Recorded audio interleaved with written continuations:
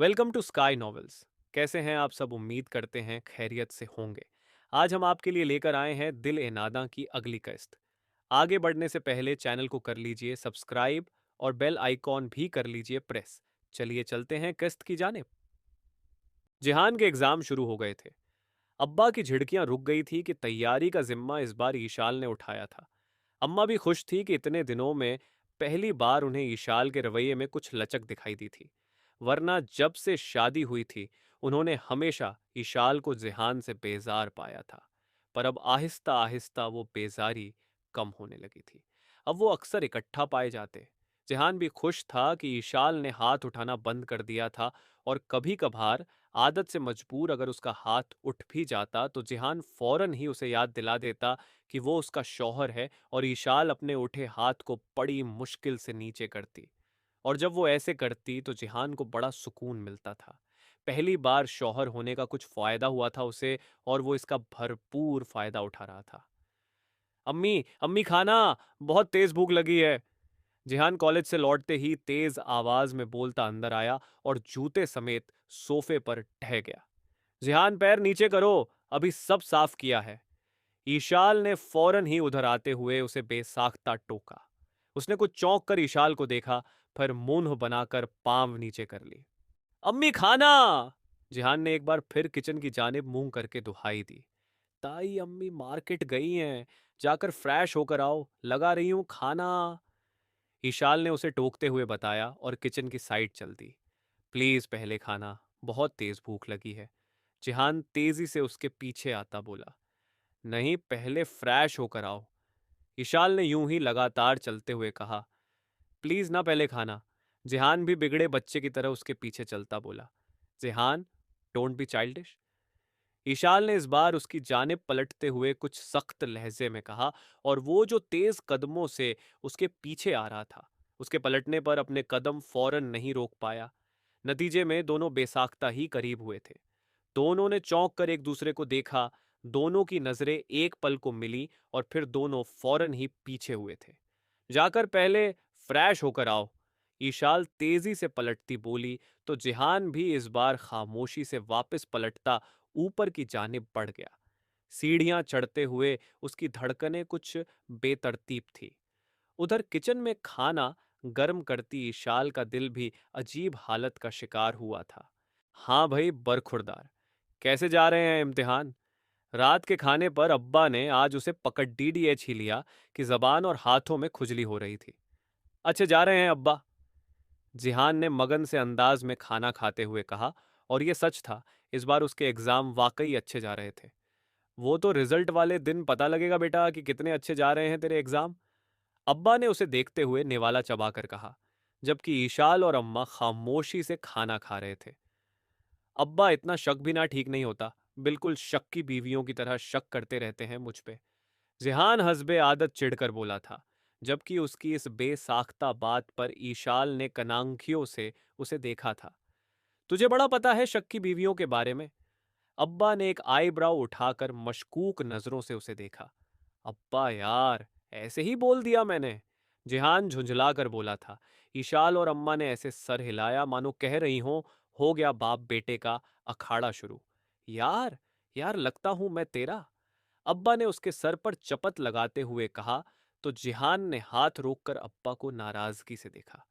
जिस हिसाब से आप मुझे मारते हैं ना अब्बा, उस हिसाब से लगते तो आप बाप भी नहीं। जिहान ने भी ताक कर जवाब दिया था। अच्छा, तो अब तू मुझे बताएगा कि बाप कैसे लगते हैं? अब्बा के तो तलवों पर लगी और मुंह से निकली थी। इंशाल्लाह अब्बा, जब मेरे बच्चे होंगे तब मैं आपको जरूर बताऊंगा कि बाप कैसे लगा जाता है, जिहान ने बेहद जोश में आकर कहा और चावलों का चमचा भरकर मुंह में रखा। पर वो चमचा बाहर नहीं निकाल सका कि अब्बा की खामोशी पर यकदम ही अपने जुमले की बेसाख्तगी का एहसास हुआ था। और समझ तो ईशाल को भी अब आया था। उसके गले में यकदम ही चावल फंसे थे, जिसे उसने जल्दी से पानी का ग्लास लब्बों से लगाकर नीचे उतारा था, जबकि जिहान ने मरे मरे से अंदाज में चमचा मुंह से निकालते हुए चोर नजरों से माँ बाप को देखा था, जो उन दोनों को देखते गोल मोल से अंदाज में मुस्कुरा रहे थे। जिहान के कान बेसाख्ता सुर्ख हुए थे। ईशाल के चेहरे का रंग भी कुछ गुलाबी हुआ था और इस लम्हे वो दोनों इतने प्यारे लग रहे थे कि अम्मा अब्बा ने बेसाख्ता ही उनके लिए ढेरों दुआएं कर डाली। देखेंगे बेटा, तुझे तेरी जैसी औलाद मिलेगी तो तू कैसे डील करेगा, और मुझे यकीन है तेरी औलाद से मोहल्ले वाले भी परेशान रहेंगे। अब्बा ने नेपकिन से हाथ साफ करते हुए हल्के फुल्के अंदाज में कहा, तो जिहान ने झिझक कर सर झुका लिया, जबकि ईशाल का दिल किया कि वो इस लम्हे कहीं छुपा ले। उसे अपने चेहरे से भाप निकलती महसूस हो रही थी। क्या है अब्बा? वो बस बस निकल गया मुंह से। जिहान ने नजरें झुकाकर झेंपे झेंपे से अंदाज में कहा, तो अम्मा अब्बा एक दूसरे को देखते खुलकर मुस्कुरा दिए। और ये पहली ऐसी लड़ाई थी जिसमें अम्मा को सीज फायर नहीं कराना पड़ा था और झगड़ा निपट गया था। बिलल्ला, अब्बा उसके सर पर चपत लगाते हुए प्यार से बड़बड़ाए और अपनी जगह से उठ गए। जाते जाते ईशाल के सर पर दुआओं भरा हाथ रखना नहीं भूले थे, जिस पर ईशाल को अजीब सी शर्म आई थी, जबकि जिहान इस बार अब्बा के मारने पर चिढ़ भी नहीं सका। अम्मा प्यार से उन दोनों को देखने लगी, जो एक दूसरे से लाताल्लुक होने के बावजूद एक दूसरे से नजर कतरा रहे थे, पर उन्हें यकीन था एक दिन वो दोनों इस रिश्ते को अपना लेंगे। बस उन्हें थोड़ा वक्त साथ गुजारने की जरूरत थी। खाने के बाद जेहान ऊपर आया तो चार कॉल ग्रुप में वो तीनों एक्टिव थे और उसे बुला रहे थे। आज एक क्लासमेट की बर्थडे पार्टी थी। पहले तो जेहान ने जाने का नहीं सोचा था, पर डाइनिंग टेबल वाली बात का सोचकर वो झटपट तैयार हो गया। आज यकीनन इस बात पर उसे ईशाल से झाड़ पड़ने वाली थी कि अम्मा के टेबल से उठने के बाद ईशाल ने जिहान की खूंखार नजरों से घूरा था, और वो उसकी नजरों से खाइफ होता ऊपर आ गया था, और अब बेहतर था वो उसके आने से पहले ही निकल लेता। कहाँ जा रहे हो? वो तैयार होकर बालकनी से बाहर जाने लगा था कि तभी ईशाल कमरे में आई थी। वो उसके सवाल पर बेसाख्ता ठिठक कर रुका था। वो एक एक पार्टी है, प्लीज अब्बा की मत बताइएगा, मैं आ जाऊंगा जल्द ही। जिहान जल्दी जल्दी कहता उल्टे कदमों बालकनी में आ गया। अरे लेकिन स्टडी? ईशाल हैरान परेशान उसके पीछे आई थी कि परसों उसका एग्जाम था। कल पढ़ लूंगा, कल संडे है, आज नहीं प्लीज। वो बालकनी की रेलिंग के सहारे पाइप पर हाथ जमाते हुए बोला। जिहान वापस आओ। ईशाल ने तेजी से रेलिंग थामते हुए उसे पुकारा। प्लीज जाने देना, और देखे अब्बा को मत बताना, चाहे आप दो चार लगा लेना, पर प्लीज अब्बा को नहीं। जिहान ने पाइप से लटके लटके ही एक बार फिर मिन्नत की, तो बालकनी की रेलिंग थामे ईशाल ने उसके इस बंदरों वाली हरकत को हैरत से देखा। और अभी वो उसे सीधे रास्ते जाने का कहती कि जिहान एकदम ही फिसलता नीचे आकर रुका था। उसे शायद प्रैक्टिस थी। और फिर वो एक नजर बालकनी में खड़ी ईशाल को देखता तेजी से अपनी बाइक की जानिब पड़ गया। उसने बिना स्टार्ट किए बाइक को गेट से बाहर निकाला और अंधेरे में गुम हो गया। और ईशाल बालकनी में खड़ी बस हैरत और नासमझी से उसे देखती रह गई। और फिर देर रात तक उसकी पार्टी चली थी। उसने भी कई दिन बाद मस्ती की थी कि एग्जाम की वजह से वो बस पढ़ाई में लगा रहा था। आज उसे बहुत फ्रेश सा फील हुआ। और रात को जब वो 1 बजे घर लौटा तो उम्मीद के मुताबिक सब सो चुके थे और घर अंधेरे में डूबा हुआ था। वो जिस तरह गया था उसी तरह कमरे में वापस भी आ गया था। कमरे में नीम अंधेरा था। सिर्फ नाइट बल्ब की नीलगू रोशनी कमरे को मुनव्वर किए हुए थी, जिसमें बेड पर सोता इशाल का वजूद देखा जा सकता था। जिहान ने बालकनी का दरवाजा बंद करते हुए चैन की सांस ली और बिल्ली की चाल चलता बेड तक आ गया। एक नजर ईशाल को देखा और फिर उसकी नजर अटक कर रह गई। वजह थी उसकी लौंग का लश्कारा। नाइट बल्ब की रोशनी में उसकी नाक में पहना नीला नग बेसाख्ता चमका था, और जिहान चाहकर भी उससे निगाह नहीं हटा पाया। वो अनजाने तौर पर उसके करीब चला आया। वो सीने तक कंबल ताने बेखबर सो रही थी। उसके रेशमी बाल तकिए पर यहां से वहां तक बिखरे हुए थे।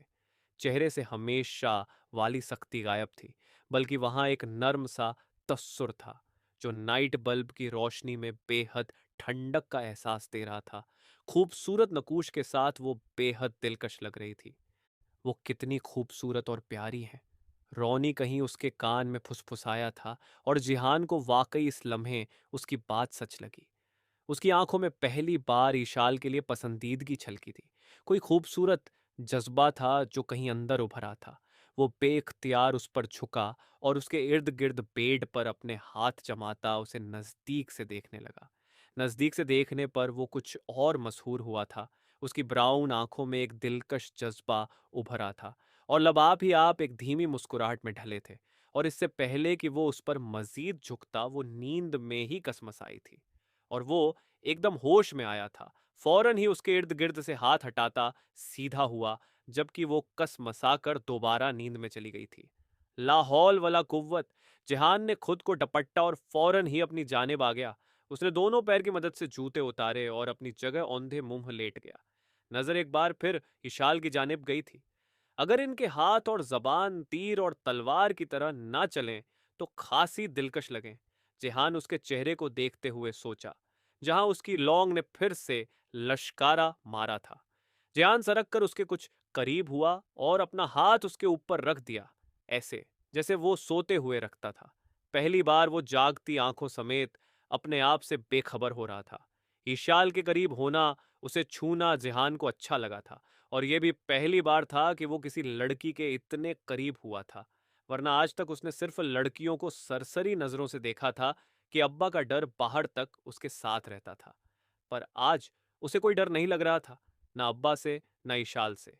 उसने मुस्कुराकर आंखें बंद कर ली और अभी 2 ही पल गुजरे थे जब ईशाल ने नींद में ही उसके स्पोर्ट्स वॉच से मुजय्यन हाथ पर अपना नाजुक सा हाथ रख दिया। जिहान ने चौंक कर आंखें खोली और ईशाल को देखा। वो उसके हाथ पर अपना हाथ रखे उसी तरह आराम से सो रही थी। शायद वो रोज ऐसे ही उसके हाथ पर अपना हाथ रखकर सोती थी।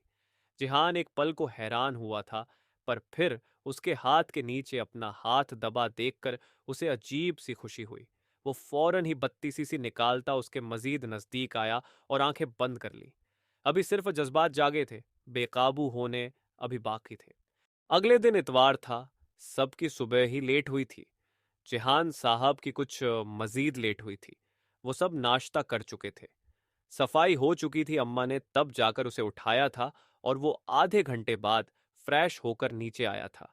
अब्बा टीवी हॉल में बैठे टीवी पर कोई शो देख रहे थे और ईशाल उनके साथ बैठी फोन में मसरूफ थी, जबकि अम्मा किचन ने उसके लिए नाश्ता बना रही थी। जिहान ने बारी बारी सबको देखा, फिर नजर ईशाल पर गई तो बेसाख्ता ही रात के मंजर आंखों के आगे घूम गए। उसे बहुत कुछ याद आया था जिसने उसके अंदर अजीब सा जज्बा उभारा था। वो अनजाने तौर पर ही उसे देखता सोफों के करीब आ गया। ईशाल ने आहट पर सर उठाकर उसे देखा तो वो फौरन ही गड़बड़ाता उसके बराबर बैठ गया। ईशाल ने शाने झटके और दोबारा फोन पर झुक गई, जहां नोमिया के मैसेज आ रहे थे। हो गई सुबह? अब्बा का ध्यान उस पर गया तो फौरन ही हसब्बे आदत उसे छेड़ा था। जी हो गई अब्बा, गुड मॉर्निंग। जिहान ने फौरन ही मासूमियत से जवाब दिया और टीवी देखने लगा। अब्बा ने उसे घूरा था, जबकि इशाल ने सर झुकाकर अपनी मुस्कुराहट छुपाई। कहाँ था रात?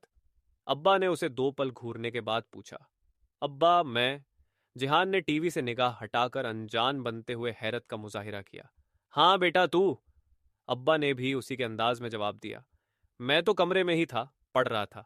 कल लास्ट एग्जाम है ना अब्बा मेरा। जिहान बेहद मासूमियत के साथ झूठ बोला तो फोन पर झुकी ईशाल अश अश कर उठी। अच्छा, तो रात तू पढ़ रहा था, तो फिर तेरी बाइक की जगह रातों रात कैसे बदल गई?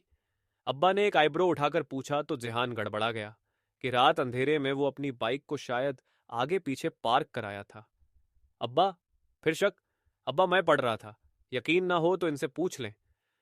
जिहान ने फौरन ही संभलते हुए एतमाद से कहा और बात में वजन डालने को ईशाल को भी अपने साथ घसीट लिया। ईशाल ने बेहद चौंक कर उसे देखा, जो अब्बा की जानिब मुतवज्जो था। ईशाल ने अब्बा की जानिब देखा, जो उसे ऐसे देख रहे थे मानो जिहान की बात की तस्दीक चाह रहे हों। वो ईशाल ने कुछ कहने के लिए मुंह खोला तो जिहान ने उसके हाथ पर हाथ रखते हुए हल्का सा दबाव डाला। ईशाल के पूरे बदन में करंट सा दौड़ गया। ये पहली बार था कि जिहान ने इतने हक से उसका हाथ थामा था और उसके मर्दाना हाथ का नाम, गर्म सा लम्स, ईशाल को कुछ गंग सा कर गया था। बेटा, क्या ये सच में कमरे में पड़ रहा था? शमसुद्दीन साहब ने बेहद शफकत से पूछा तो उसने फौरन ही खुद को संभाला। जी जी, कमरे में ही था, एग्जाम की तैयारी कर रहा था। ईशाल ने संभल कर कहा तो जिहान ने फातिहाना नजरों से अब्बा को देखा, जो लाजवाब तो नजर आ रहे थे पर शिकस्त खुर्दा नहीं। क्यों अब्बा, हो गई ना तसल्ली? जिहान ने इस बार हिस्सा उठाने वाले अंदाज में पूछा। तसल्ली तो नहीं हुई, पर चलो ईशाल कह रही है तो मान लेता हूं, अब्बा ने कहा और दोबारा टीवी की जानिब मुतवज्जो हो गए जहां ऐड खत्म हो चुके थे। जिहान ने चैन की सांस लेते हुए ईशाल का हाथ ढीला छोड़ दिया जो उसने कब से पकड़ रखा था। ईशाल भी उस शहर से निकलती होश में आई और फौरन ही अपना हाथ उसके हाथ के नीचे से खींचा। इस बार चौंकने की बारी जिहान की थी। उसने कुछ चौंक कर ईशाल को देखा जो उसे खूंखार नजरों से घूरती उठ खड़ी हुई थी। जिहान भी अपनी जगह कुछ शर्मिंदा सा हो गया। सॉरी।